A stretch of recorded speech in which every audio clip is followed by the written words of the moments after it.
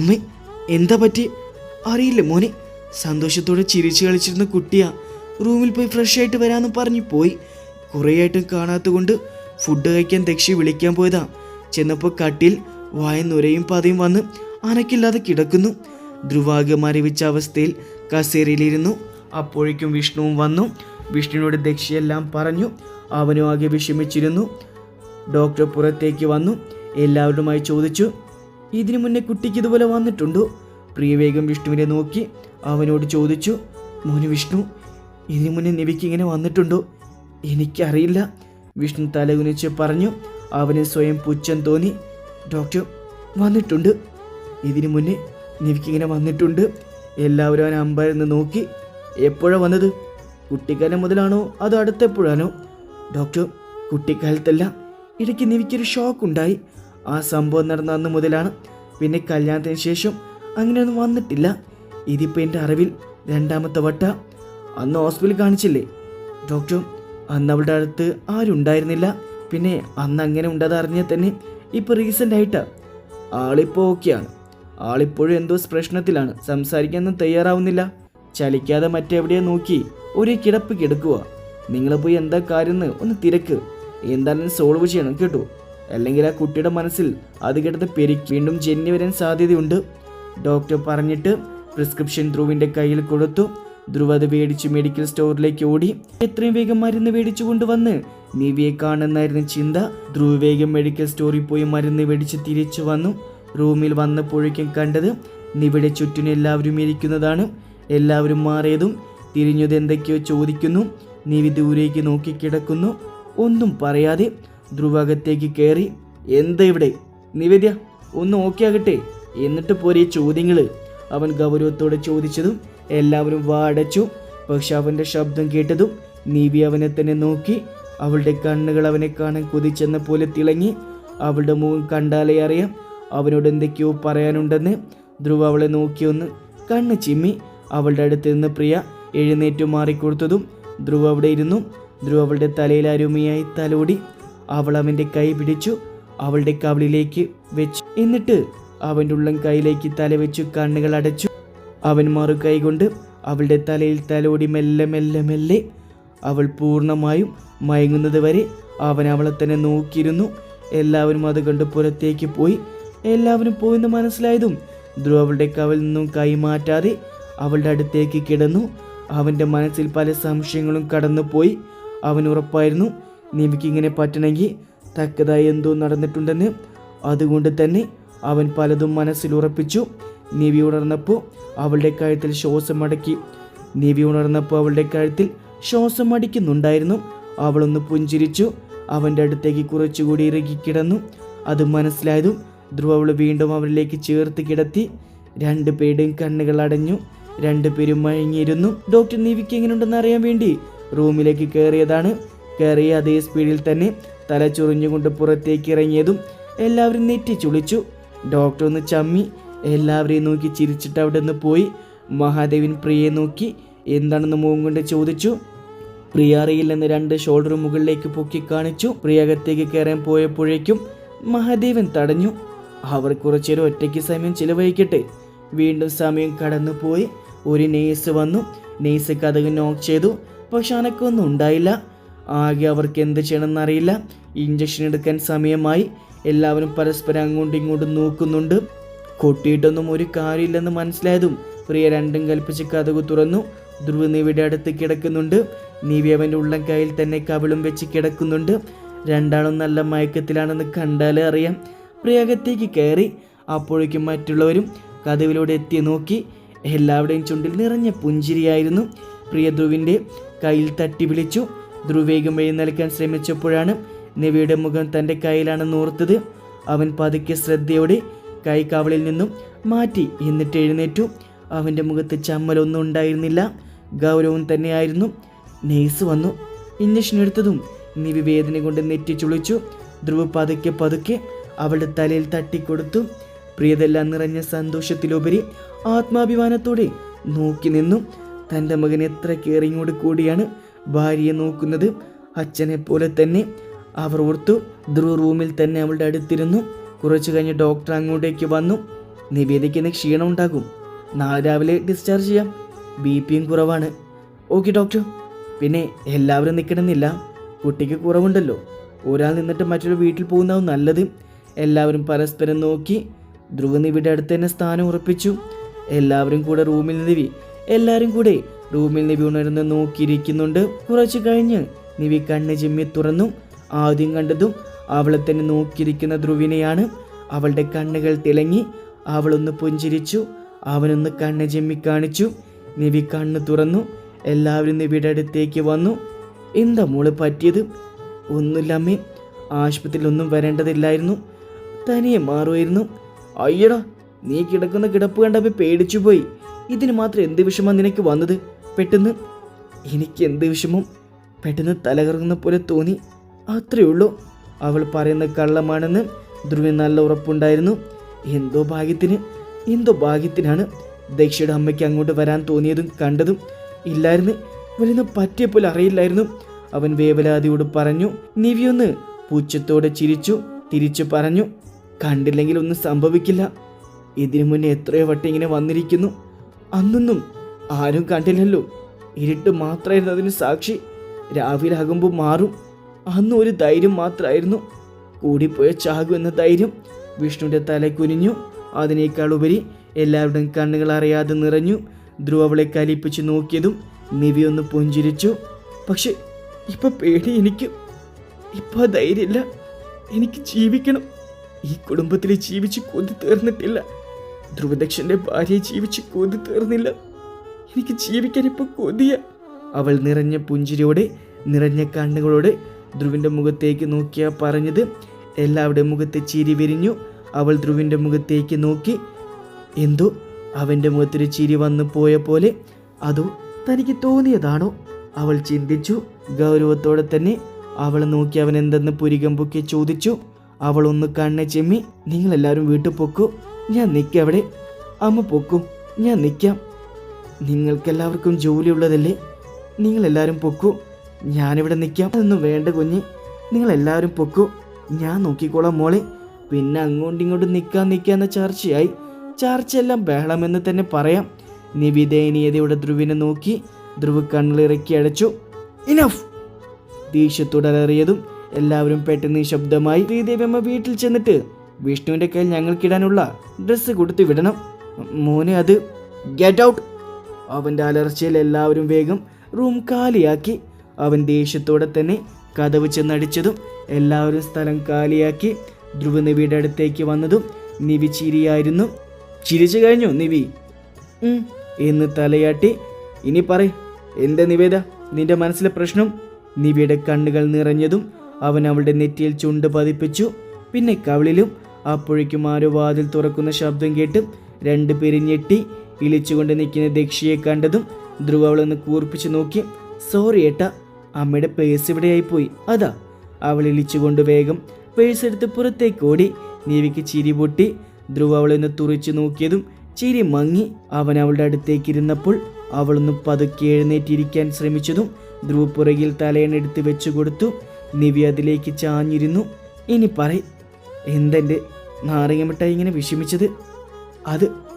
അത് പിന്നെ നിധി, എന്താണേലും ഞാൻ നിനക്കൊപ്പുണ്ടാകും. ഈ ധ്രുവം മരിക്കുന്നത് വരെയും നിനക്കൊപ്പുണ്ടാകും. അത് ഏത് സാഹചര്യത്തിലാണെങ്കിലും നിന്നെ ഞാൻ ഉപേക്ഷിക്കുകയില്ല. പറയും, എന്താ കാര്യം? അതെൻ്റെ ഫോണിലൊരു മെസ്സേജ് വന്നു. ആരയച്ചതെന്നറിയില്ല. അതിലന്ന് സൂര്യനെ ചായ്പിൽ വെച്ച്. നിവിടറിയ സ്വരത്തോടെ തലയുനിച്ച് പറഞ്ഞു. ധ്രുവ അവളുടെ മുഖം പതിയുയർത്തി. അവളുടെ കണ്ണുകൾ അപ്പോഴും താഴ്ത്തിയിരുന്നു. നിധി! അവൾ അപ്പോഴും കണ്ണുകൾ ചലിപ്പിച്ചു. നിധി! അവനൊന്ന് നീട്ടി വിളിച്ചു. അവൾ പതുക്കെ കണ്ണുകൾ ഉയർത്തി. അവനൊന്ന് പുഞ്ചിരിച്ചുകൊണ്ട് അവളുടെ കണ്ണുനീർ തുടച്ചു. അവളുടെ കവളിലേക്ക് ആഞ്ഞുമുത്തി. അവൾ മിഴിച്ചു അവനെ നോക്കി. ഇത്രയും പ്രധാനപ്പെട്ടൊരു കാര്യം പറഞ്ഞിട്ട് അവൻ്റെ മുഖത്തൊരു ഭാവമാറ്റവുമില്ല. ധ്രുവൊന്നും സംഭവിക്കാത്ത പോലെ അവളെ നോക്കിയൊന്ന് കണ്ണ് ചിമ്മി. അത് പിന്നെന്താ നെട്ടാത്തെ? എന്തിന്? അത് ഞാനിത് പറഞ്ഞുകൊണ്ട്. നിധി, അത് കഴിഞ്ഞ കാര്യ. എൻ്റെ കൊച്ചിനൊരുപാട് വേദനിപ്പിക്കുന്ന കാര്യം. അതുകൊണ്ട് അത് മറന്നേക്കും. ഒന്നുമില്ലെങ്കിലും ഞാനൊരു പോലീസുകാരനല്ലേ, ഞാൻ ഹാൻഡിൽ ചെയ്തോളാം. അത് പിന്നെ ഇതാരയച്ചെന്നറിയാതെ, എന്തിനയച്ചെന്നറിയാതെ എൻ്റെ പൊന്നു നിധി, ഞാൻ പറഞ്ഞില്ലേ അത് ഞാൻ ഹാൻഡിൽ ചെയ്യാന്ന്, എന്നെ വിശ്വാസമില്ലേ? അവൾ ഉണ്ടെന്ന് തലയാട്ടി. ധ്രുവ് അവൾ അവനിലേക്ക് ചേർത്ത് പൊതിഞ്ഞു വെച്ചുറങ്ങി. എല്ലാ പേടിയും വിഷമവും മറന്ന് അവൾ അവനിലേക്ക് ഒട്ടിക്കിടന്നു. രാവിലെ ആയപ്പോൾ തന്നെ ഡിസ്ചാർജ് ചെയ്തു. 2 ദിവസം റെസ്റ്റാണ്. നിവിയുടെ മുഖത്തിപ്പോ യാതൊരുവിധ വിഷമവുമില്ല. ഉടനെ ധ്രുവ് ഫ്രഷ് ആകാൻ കയറി. നിവി ദക്ഷയുടെ റൂമിലേക്ക് പോയി ഇളം ചൂടുവെള്ളത്തിൽ ദേഹം കഴുകിയിറങ്ങി. അവൾ ഹാളിലേക്ക് ചെന്നപ്പോൾ എല്ലാവരും ഹാളിലുണ്ട്. വൈഷ്ണവ് രാവിലെ തന്നെ വന്നിട്ടുണ്ട്. ധ്രുവിനെ മാത്രം കാണാനില്ല. മഹാദേവൻ നിവിയെ അദ്ദേഹത്തിന്റെ അടുത്തേക്ക് ഇരുത്തി. പക്ഷേ അവളുടെ കണ്ണുകൾ ധ്രുവിന് വേണ്ടി തിരിഞ്ഞു. അപ്പോഴാണ് ധ്രുവ് അടുക്കയിൽ നിന്നും വരുന്നത് കണ്ടത്. ഒരു കപ്പ് കോഫി ആയിട്ടാണ് വരവ്. ധ്രുവ് ഗൗരവത്തോടെ തന്നെ നിവിയുടെ നേർക്ക് നീട്ടി. നിവി അത് മേടിച്ചു. വെപ്രാളപ്പെട്ട് ഫ്രഷായി അടുക്കളയിലേക്ക് ഓടിയത് ഭാര്യയ്ക്ക് കോഫി ഇടാനാണല്ലേ? അവൾ കളിയാക്കി പറഞ്ഞതും എല്ലാവരുടെയും മുഖത്ത് ചിരി വന്നെങ്കിലും ധ്രുവ് അപ്പോഴും ഗൗരവത്തിൽ തന്നെ. ധ്രുവ് നിവിയുടെ അപ്പുറത്തെ വശത്തായിരുന്നു. 2 ദിവസം റെസ്റ്റാണ്. അതിനർത്ഥം എന്താണെന്ന് വെച്ചാ മര്യാദയ്ക്ക് കൈയും കാലും വെച്ച് ഒരിടത്ത് അടങ്ങി ഒതുങ്ങി ഇരിക്കണം എന്നാണ് കേട്ടല്ലോ. അങ്ങനെ ഇരുന്നില്ലെങ്കിൽ എൻ്റെ കയ്യിൽ നിന്ന് മേടിക്കും. അതന്നെ, നല്ല തല്ലു കൊടുക്കണം ചേട്ടാ. എൻ്റെ നിധിയെ വഴിതെറ്റിക്കുന്നത് നീയാ. നീ ഒറ്റ ഒരുത്തി, അതുകൊണ്ട് നിനക്കും തരും നല്ലത്. നിവേദ്യ ദക്ഷയെ നോക്കി കളിയാക്കി ചിരിച്ചു.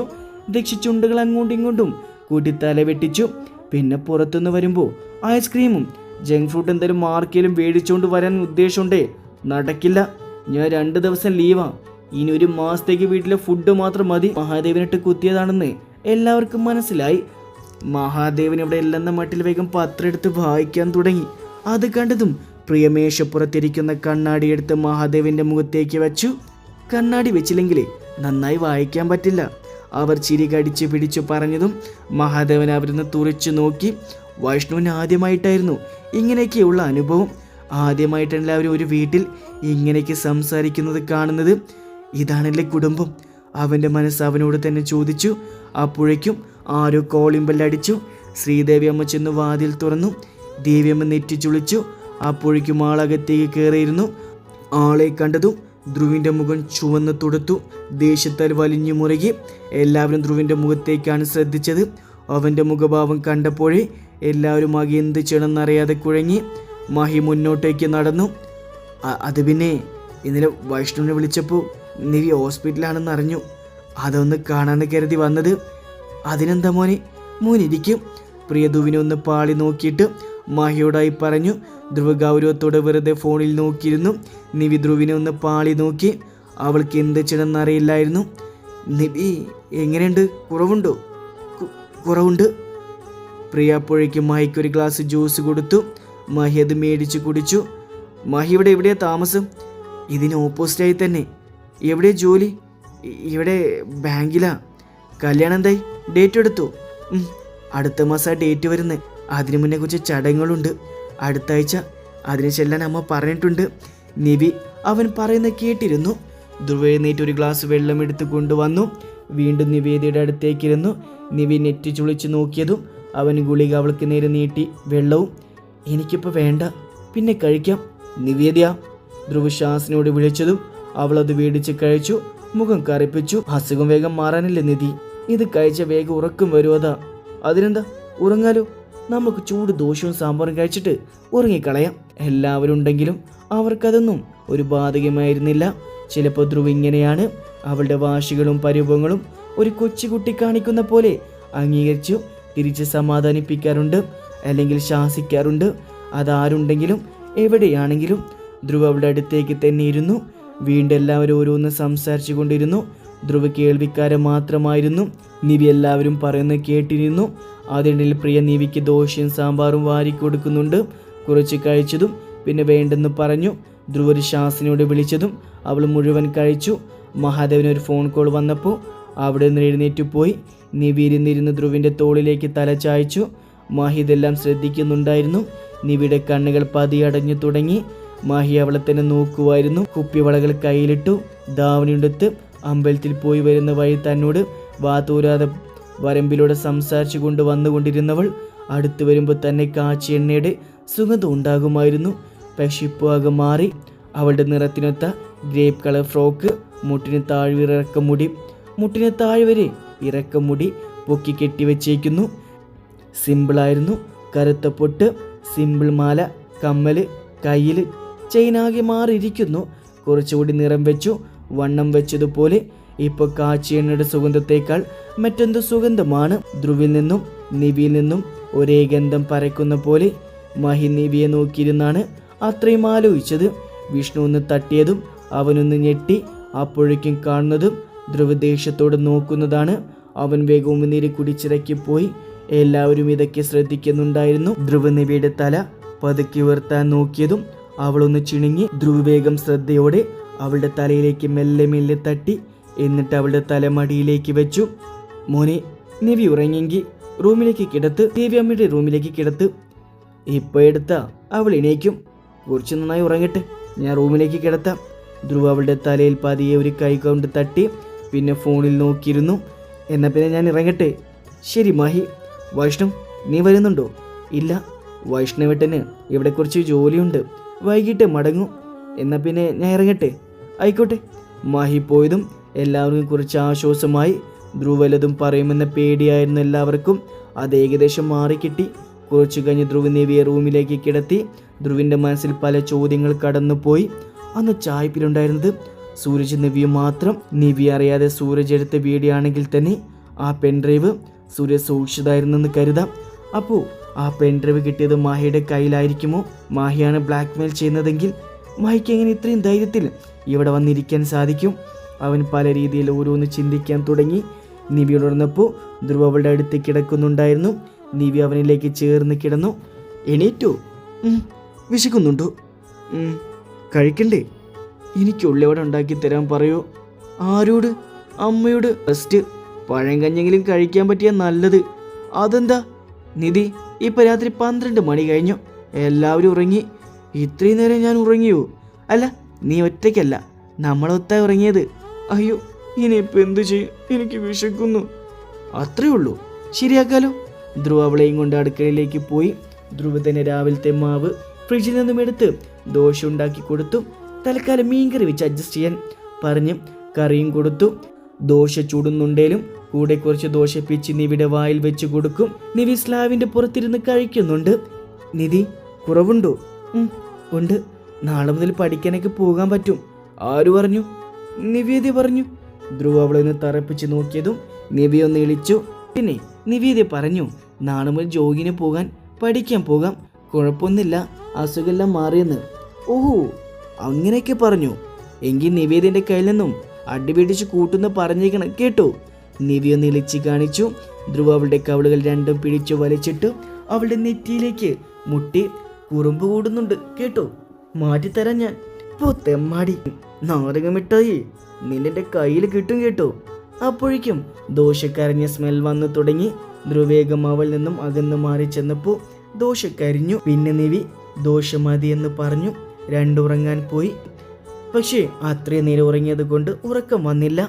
ഓരോരോ കാര്യങ്ങൾ സംസാരിച്ച് കിടന്നു. ധ്രുവ് നല്ലൊരു കേൾവിക്കാരനായി. കഥ പറഞ്ഞ് നിവി തന്നെ ആദ്യം ഉറങ്ങി. ധ്രുവ് അവൾ അവനിലേക്ക് ചേർത്ത് പിടിച്ചു. ചുമരിലെ നിവിയുടെ ഫോട്ടോ നോക്കി അവനൊരു വഷളത്തോടെ ചിരിച്ചു. നിവേദ്യ, നിന്നെ ഞാൻ ഒരുപാട് മോഹിച്ചൊരുപാട്. പക്ഷേ എൻ്റെ കൈത്തുമ്പിലെത്തിയിട്ട് നീ അകന്നു പോയി. അങ്ങനെ അങ്ങ് നിന്നെ വിട്ടുകളയാൻ മാത്രം ഡാഷല്ല ഞാൻ. എന്നിൽ നിന്നും നിന്നെ അകറ്റാൻ ആർക്കും കഴിയില്ല. ശിവന്റെ പാർവതിയായല്ല, രാവണന്റെ ജാനകിയായി നീ കഴിയണം. ഞാൻ വരച്ച വട്ടത്തിനകത്താണ് നീ. ഇപ്പൊ തന്നെ നീ നീറി പുകയുന്നുണ്ടാകും. ഇനി ഞാൻ പറയുന്ന നീ അനുസരിക്കും. നീ എൻ്റെ അടുത്ത് വന്ന് കെഞ്ചും. സ്വയം നീ എന്നിൽ കീഴടങ്ങും. ഒരുങ്ങിയിരുന്നു നിവേദ്യ, ഈ രാവണന്റെ ജാനകിയാവാൻ.